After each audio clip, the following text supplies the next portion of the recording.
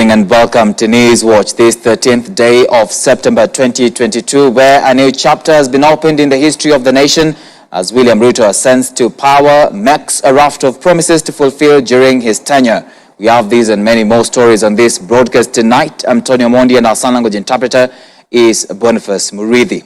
Now, Kenyans on Tuesday witnessed a change of guard with William Ruto and Rigathi Gachagua sworn in as the President and Deputy President of the Republic, respectively, effectively taking over from Uhuru Kenyatta's administration.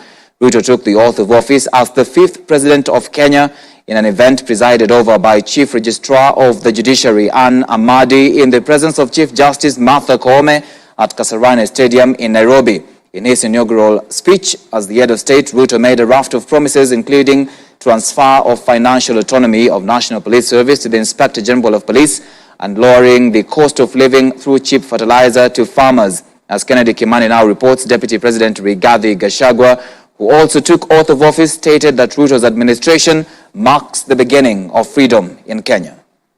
His Excellency, the President of the Republic of Kenya, Naibu wa Rais wa Jamhuri ya Kenya, Mheshimiwa Rigathi Gachagua. At 12:45 p.m. at the Kasarani Stadium in Nairobi, Kenya witnessed a change of guard with William Ruto and Rigathi Gachagua taking the oath of office as the President and Deputy President of the Republic, respectively, effectively taking over from the Uhuru Kenyatta administration.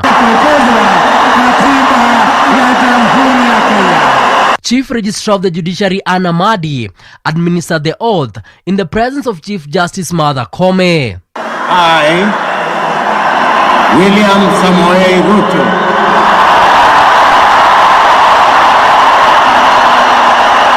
in full realization of the high calling I assume as President of Kenya, do swear that I will be faithful and bear true allegiance to the Republic of Kenya, Mheshimiwa Naibu wa Rais wa Jamhuri ya Kenya, Mheshimiwa Rigathi Gachagua.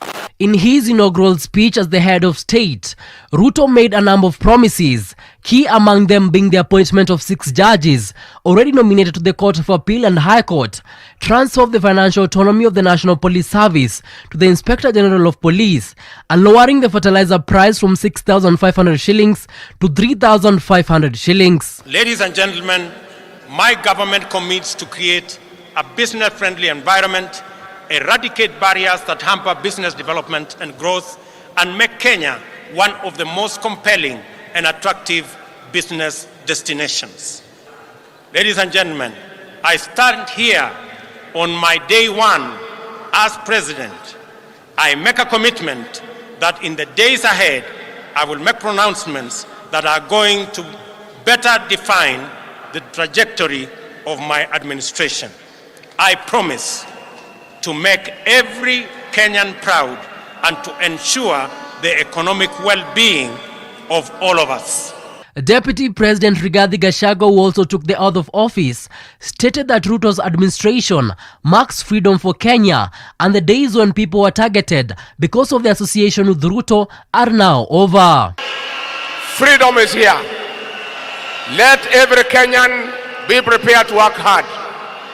Let us give our new president a chance, and I beg you to be patient with him. We have come to the treasury and the coffers are empty. We have to start from scratch. We ask for people of Kenya to be patient and give us a chance to try to get things working. President William Ruto has tasked his predecessor, former President Uhuru Kenyatta, to be in charge of the peace initiatives that Kenya has been undertaking across the region. I have asked my elder brother, President Uhuru Kenyatta, who has done commendable engagement with those regions, and he has graciously agreed to continue chairing those discussions on behalf of the people of Kenya. I have committed that the government of Kenya, and myself in particular, will support those initiatives that will be chaired by President Uhuru Kenyatta. And I want to thank you, Your Excellency, for graciously agreeing to support us and to help me in those interventions. Ruto now goes down in Kenya's history as the first deputy president to clinch the presidency in his first trial. Kennedy Kimani, Hope TV Newswatch, Nairobi. Our President William Samoei Ruto has appointed the 6 judges that were nominated for appointment some time ago by the Judicial Service Commission. Immediately after his inauguration, President Ruto kicked off his official duties by signing 2 separate Gazette notices, appointing 4 Court of Appeal judges and 2 Environment and Land Court judges at State House, Nairobi. The Court of Appeal judges appointed by Dr. Ruto are Korir Weldon Kipyegon, Muchelule Agri Osula, Odunga George Vincent, and Professor Joel Mwaura Ngugi. The 2 Environment and Land Court judges appointed by the head of state are Makori Evans Kiago and Cheriot Omange Judith. We will also work with the judiciary to build high courts in the remaining 7 counties and magistrates courts in the remaining 123 sub-counties and support their ongoing digitization program. These interventions will empower the judiciary to adjudicate and expeditiously conclude corruption cases, commercial disputes, and all other matters, thereby enhancing access to justice and efficiency in our judiciary. To further demonstrate my commitment to the independence of the judiciary, this afternoon I will appoint the 6 judges already nominated for appointment to the Court of Appeal, which was done 3 years ago by the Judicial Service Commission. And tomorrow, I shall preside over their swearing in so that they can get on with the business of serving the people of Kenya.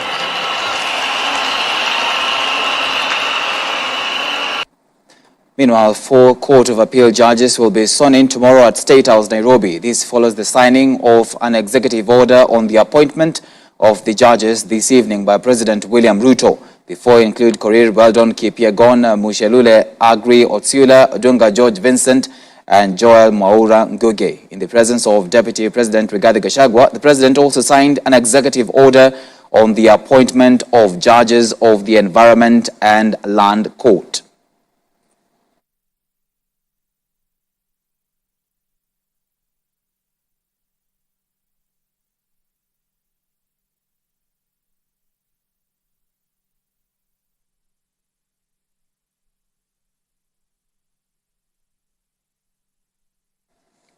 Meanwhile, several heads of state and government attended President William Ruto's inauguration at Kasarani in Nairobi, pledging their support as he takes over from Uhuru Kenyatta. At least 17 presidents, prime ministers, diplomats and envoys were at the inauguration ceremony, with Uganda's President Yoweri Museveni challenging Ruto to prioritize the integration of the East African market to realize development across the community. Dickens Levanda reports on the heads of government who attended the ceremony. Visiting heads of state and government, heads of delegation and foreign dignitaries arrived at the Moi International Sports Center Kasarani for the inauguration ceremony of Dr. William Ruto Samoei as the 5th President of the Republic of Kenya and Rigathi Gachagua as the Deputy President. East African Community Heads of State Yoweri Kaguta Museveni of Uganda, Salva Kiir Mayardit of South Sudan, Samia Suluhu Hassan of Tanzania, Paul Kagame of Rwanda, Evariste Ndayishimiye of Burundi, Felix Tshisekedi of DR Congo, President Hassan Sheikh Mohamud of Somalia, Philippe Nyusi of Mozambique, Wavel Ramkalwan of Seychelles, Emerson Mnangagwa of Zimbabwe, Lazarus Chakwera of Malawi, Umaro Sisoko Embalo of Guinea-Bissau, and Azalia Somani of Comoros, among other leaders, arrived one by one before 12 noon, ready for the ceremony. His Excellency Paul Kagame, President of the Republic of Rwanda. While challenging Ruto to prioritize the integration of the East African market to realize development across the community, President Museveni congratulated Ruto, assuring Kenyans that the new president is full of good ideas, having discussed with him various issues on different occasions. Hongera kwa Mheshimiwa William Ruto kushinda uchaguzi. But I know His Excellency Ruto, I've met him a number of times in Uganda, and I know he likes ideas and frank talking. Burundi President Evariste Ndayishimiye, who is also the chairman of the East African Community, praised Kenya for holding peaceful elections and welcomed Ruto to the EAC membership, assuring him of the community's support. Hongera sana ndugu yangu mpendwa Mheshimiwa William Ruto kwa kuteuliwa kuwa rais wa Kenya. Ni presence nzuri, unakuja bila ubishi kama mtoto mzuri, na nakutakia kila laheri. Wakenya na jumuiya ya Afrika Mashariki kwa ujumla wanatazamia kwa hamu uongozi wako ndugu yangu Ruto, ambao utachukua sio tu kuipeleka nchi yako mbele kwa kimaendeleo, bali pia kuimarisha ushirikiano wa kikanda. Kenya's democratic space was highly talked about by Tanzania's President Samia Suluhu Hassan following the smooth power transition and a peaceful election process. Ndugu zangu wa Kenya, tunawapongeza nyinyi kwa kuonesha ukomavu wa demokrasia na kumaliza uchaguzi salama, na leo tuko hapa pamoja kama Wakenya na wa East Africa tunashangilia uapisho wa rais wetu mpya. Nataka niwaambie ndugu zetu wa Kenya, kama kuna zawadi mlioitoa kwa Jumuiya ya Afrika Mashariki mwaka huu, ni zawadi ya amani mlioiweka katika uchaguzi. Other government leaders present were Presidents Mohamed Deby of Chad, Julius Maada Bio of Sierra Leone, Ismail Omar Guelleh of Djibouti, Brahim Ghali of Sahrawi, as well as Prime Minister Cleopas Dlamini of Eswatini, Ethiopia's Prime Minister Abiy Ahmed Ali, and the African Union Commission Chairperson Musa Faki Mahamat. Kenya, tumpongeze kwa makofi. Deacon Luvanda, Hope TV News.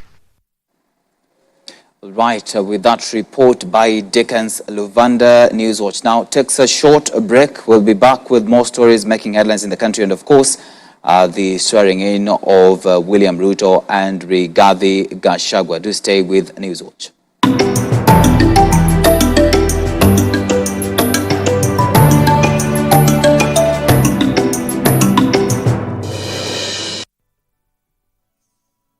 Welcome to Sitam Springboard Missions Convention 2022 with a fresh anointing to radiate God's glory as we reach out to the lost.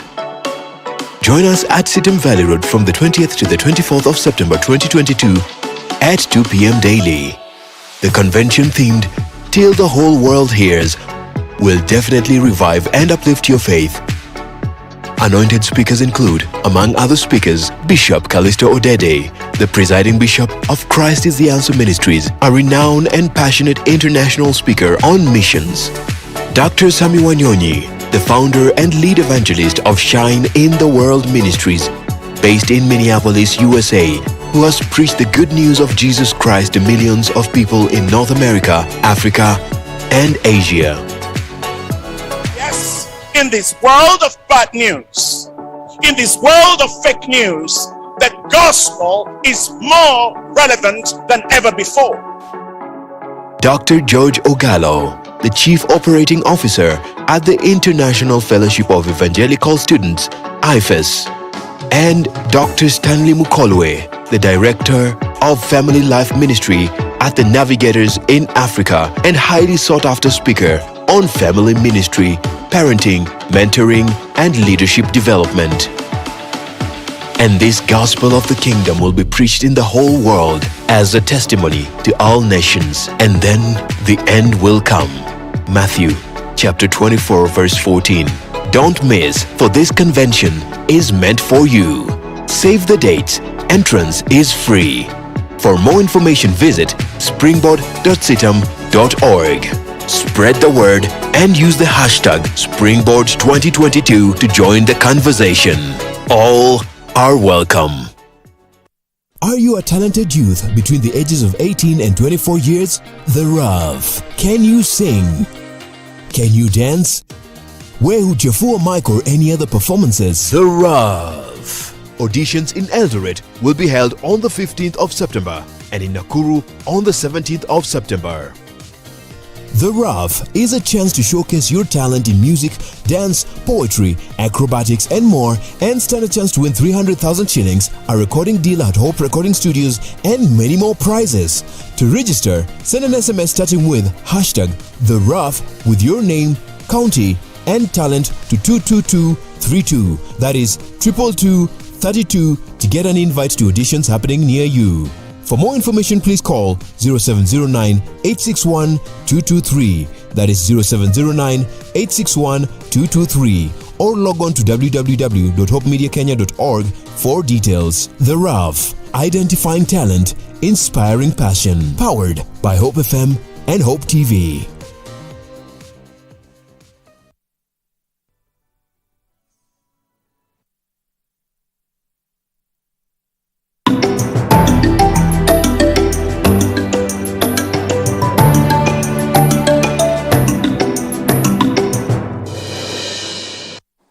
Welcome back. Let's continue with our broadcast. President William Ruto has promised to uphold the independence of the judiciary and fully support it during his tenure. Speaking during his inauguration ceremony, Ruto said he will scale up budgetary allocation to the judiciary by an additional 3 billion shillings annually. On top of this, Ruto promised to allow for operational autonomy of the National Police Service, which he said had been suppressed due to its financial dependence on the office of the President. Grace Wangoi has more details.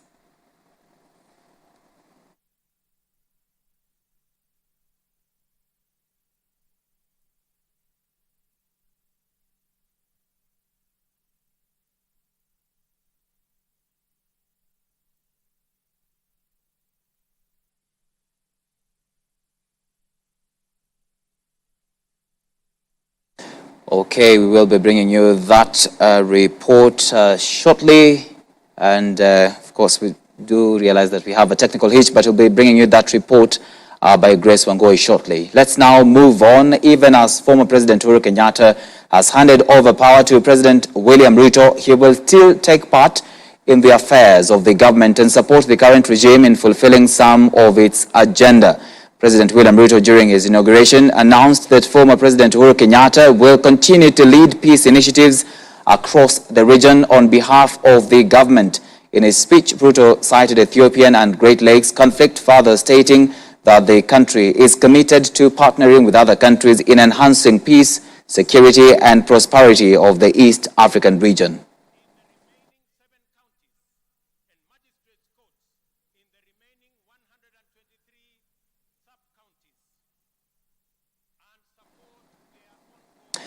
Meanwhile, a section of Nairobi residents has expressed optimism that the new government will bring the much-needed change in the country. Speaking to Newswatch, the residents called on President William Ruto to fulfill promises he made during campaigns. Top on the concerns are issues of youth empowerment and employment, access to health, cost of living, and the economy.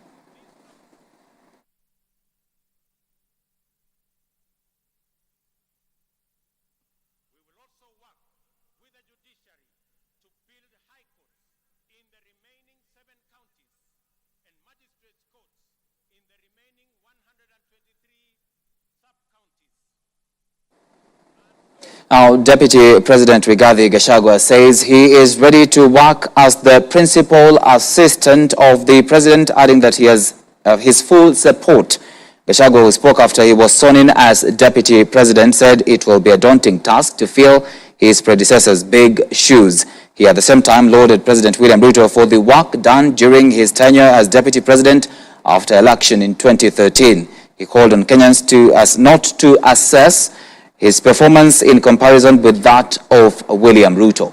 I'll serve you with loyalty and dedication. And the job ahead of us is not a joke. I and the team behind you, we shall be available and will try to keep up with your pace.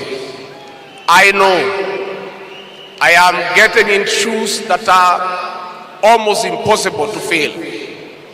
The performance of William Ruto in his first term, when he was allowed to serve the people of Kenya, was on another level. Please, I beg the people of Kenya,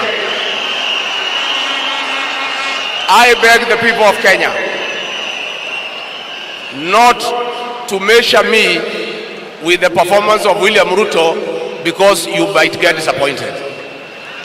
I'll try. I may go up to 60 or 70%, but filling the shoes of this man is no small feat. Meanwhile, Deputy President Rigathi Gachagua says the Kenya Kwanza administration is inheriting a dilapidated government, promising to revive the economy and strengthen the systems. Speaking at Kasarani, Gachagua blamed the Jubilee administration for the woes facing Kenyans at the moment, saying the Ruto-Gachagua leadership will transform the nation and return it to where former President Mwai Kibaki left. Our new president and his team have a difficult task ahead. The truth of the matter is that we have inherited a dilapidated economy that is facing almost an economic shutdown. We have a 10 trillion public debt. 6 million Kenyans have no employment. 14 million Kenyans are in CRB. We have a demoralized public service. It is your prayers that will help our president to put up a team and start work from day one to liberate this country economically and put it back to where President Mwai Kibaki left us 10 years ago.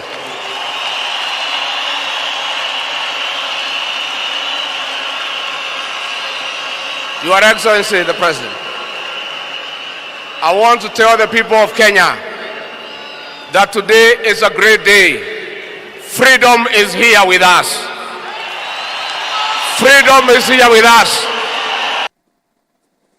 Let's now move away from that. Siaya Governor James Orengo has said lack of proper facilities and poor working environment is to blame for low-quality services in public health facilities in Siaya County. Governor Orengo, who led a high-powered county government team in a tour of Bondo Sub-County Hospital last evening, said apart from lack of adequate facilities, the health sector was also facing a serious shortage of the critical personnel such as doctors.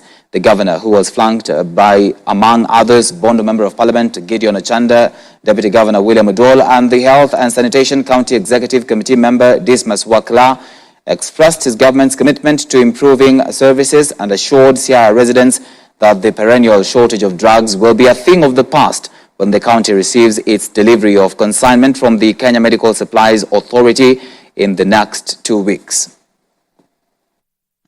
Health is devolved, agriculture is devolved, county roads are devolved, and pre-primary education is devolved, and agriculture is devolved. So as we visit health facilities, it is not by accident. We are conscious of the role that the county government is supposed to play. And one of those sectors is the health sector. And in our manifesto, we put a lot of emphasis and premium on health, agriculture, pre-primary education, and county roads. And of course, with the blue economy, there's emphasis there as part of the big question about agriculture as a whole. We're happy the doctor for having us here together with Waziri. From the facilities you have, I think I must say you're doing a good job, but it's not the best because we need more doctors here. I've been told we only have 4 doctors. I think this facility will do better with about 15 doctors, seriously speaking.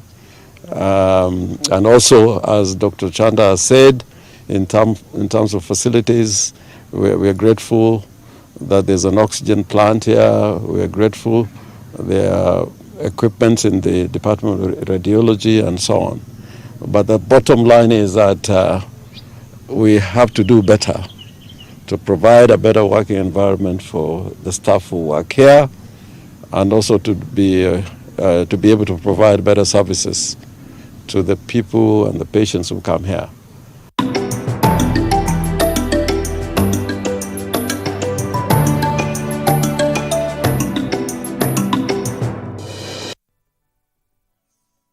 Are you a talented youth between the ages of 18 and 24 years? The Rough. Can you sing?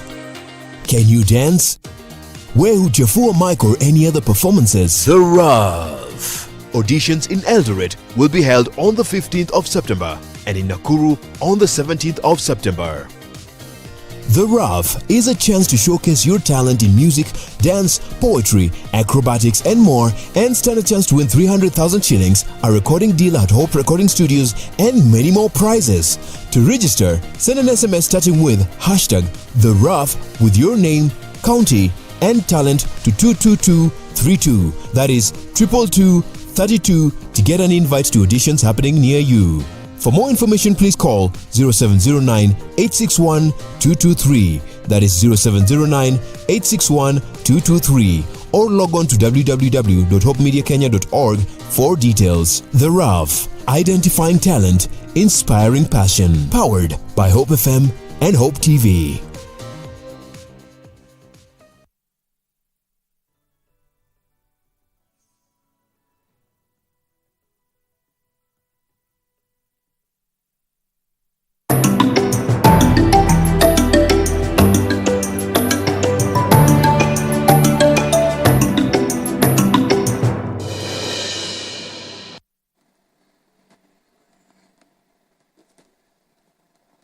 Let's continue with business news. President William Ruto on Tuesday said he will issue instructions to revert clearance of goods to the port of Mombasa. This, he said, will create employment opportunities among the youth in the coastal city. Speaking at the Kasarani Stadium, the president said the time has come to end the tide of youth unemployment in the country. He said his government will create favorable business environment for the Kenyans. The movement of port operations to Naivasha Dry Port was a major agenda during his campaigns. Ruto had promised to revert the port back to Mombasa County, even as his allies accused former President Uhuru Kenyatta of ruining the economy of the coastal region by moving operations to Naivasha Dry Port. We will make KRA more professional, efficient, responsive, and people-friendly. I urge taxpayers to respond by undertaking their patriotic duty and pay their taxes. In furtherance to this, oversight institutions such as the Auditor General and the Controller of Budget will be adequately funded to execute their mandates.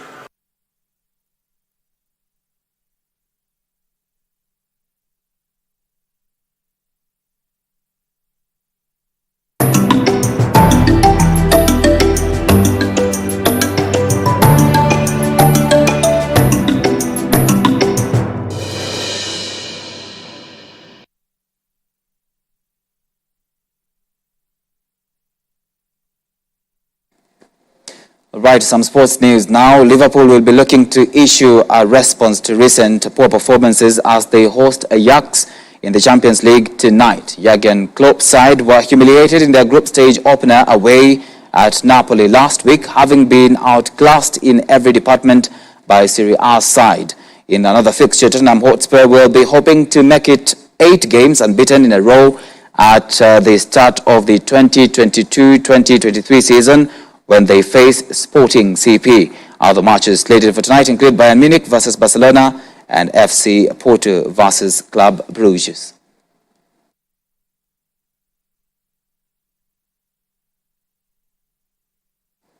And Wolves have signed former Chelsea striker Diego Costa on a free transfer until the end of the season. The 33-year-old has been without a club since leaving Brazilian side Atletico Mineiro in January. Costa, who is closing in on 500 career appearances, won the Premier League twice with Chelsea and claimed several trophies with Atletico Madrid in 2 spells for the Spanish club. Wolves are currently 14th in the Premier League table after only registering 1 win in 6 games this season.